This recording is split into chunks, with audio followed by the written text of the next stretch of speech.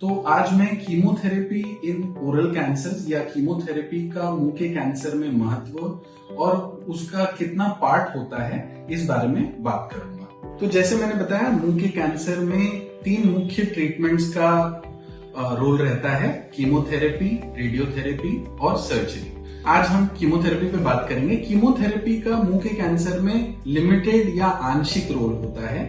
इसको मुख्यतः कैंसर ठीक करने के लिए यूज नहीं किया जा सकता। जितनी भी महत्वपूर्ण स्टडीज या प्रमाण हैं कीमोथेरेपी इन ओरल कैंसर के बारे में, जो कि टाटा मेमोरियल सेंटर या इटली की एक बहुत बड़ी स्टडी थी जिसमें ओरल कैंसर में कीमोथेरेपी के रोल पर काफी रिसर्च हुआ, तो उन्होंने यही बताया कि इससे कैंसर ठीक नहीं किया जा सकता। इससे कीमोथेरेपी का जो ओरल कैंसर में असर होता है, उससे जो क्वांटम ऑफ सर्जरी है या स्तर है वो थोड़ा कम किया जा सकता है। और दूसरा, अगर डिजीज जो है मुंह के अंदर वो कहीं शरीर में फैले ना, इसकी संभावना कीमोथेरेपी अगर सर्जरी से पहले दी जाती है तो उससे थोड़ी कम हो जाती है। अब कीमोथेरेपी किस तरह से दी जाती है मुंह के कैंसर में? ये अलग अलग रोल में दी जाती है, अलग अलग टाइम पे दी जाती है। जैसे new adjuvant chemotherapy. New adjuvant chemotherapy यानी जो सर्जरी से पहले दी जाती है। इसका रोल ये होता है कि जब ट्यूमर हमको ऐसा लगता है कि काफी बड़ा है और इसको हम पूरा निकालने में थोड़ी मुश्किल होगी हमें एज सर्जन्स, तो हम उसे पेशेंट को थोड़ा कीमोथेरेपी देते हैं। उससे चांसेस ये होते हैं कि वो थोड़ा सिकुड़ जाए और फिर हम वो ट्यूमर को काफी अच्छी तरीके से with a good margin, clear margin. Cancer में मार्जिन का बहुत बड़ा महत्व होता है, क्योंकि जितना ट्यूमर है उसके आगे हमको 1 से 1.5 सेंटीमीटर मार्जिन लेनी होती है, जो आंखों से नॉर्मल दिख रही होती है। क्योंकि अगर हम वो नहीं लेते हैं तो हम ये निश्चित नहीं कर रहे हैं कि हमने पूरा कैंसर निकाला है। इसके लिए फ्रोजन सेक्शन भी किया जाता है। ये एक अलग टॉपिक है, इसके बारे में मैं एक अलग वीडियो बनाऊंगा। NACT 2 अलग प्रकार से दी जाती है। ये 2 साइकिल्स सर्जरी के पहले खासकर 2 या 3 साइकिल्स दी जाती हैं, 3-3 दिन वाली या 1 दिन वाली।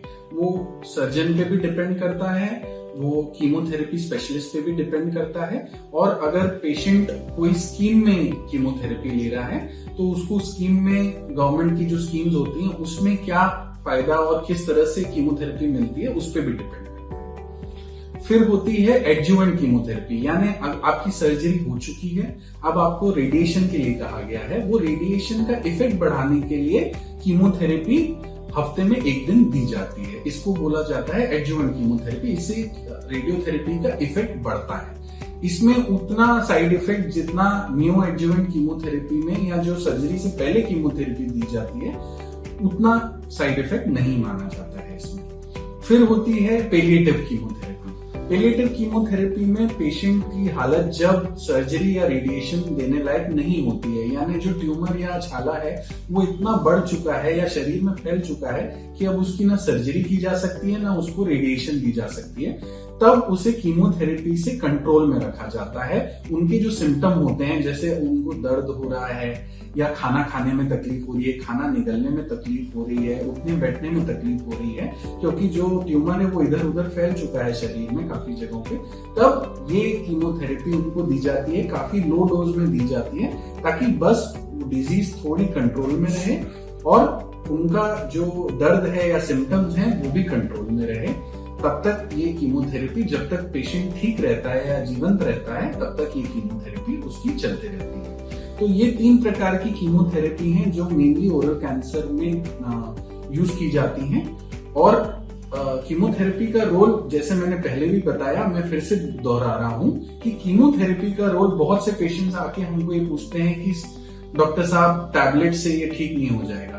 तो ये आपको बिल्कुल समझना है कि अगर आपका बेस्ट चांस ओरल कैंसर में ठीक होने का है तो वो सिर्फ और सिर्फ सर्जरी से है, जब हम वो पूरा ट्यूमर निकाल सकते हैं। और अगर जरूरत पड़ती है तो उसके बाद रेडिएशन या कीमोथेरेपी दी जाती है। कीमोथेरेपी से सिर्फ और सिर्फ बीमारी कंट्रोल की जा सकती है, बीमारी पूरी ठीक नहीं की जा सकती। इसी तरह के वीडियोस के लिए मेरे चैनल को सब्सक्राइब कर लीजिए। मैं इस बारे में आगे और भी कैंसर के इलाज में आगे के वीडियोस बनाता रहूंगा। नमस्कार।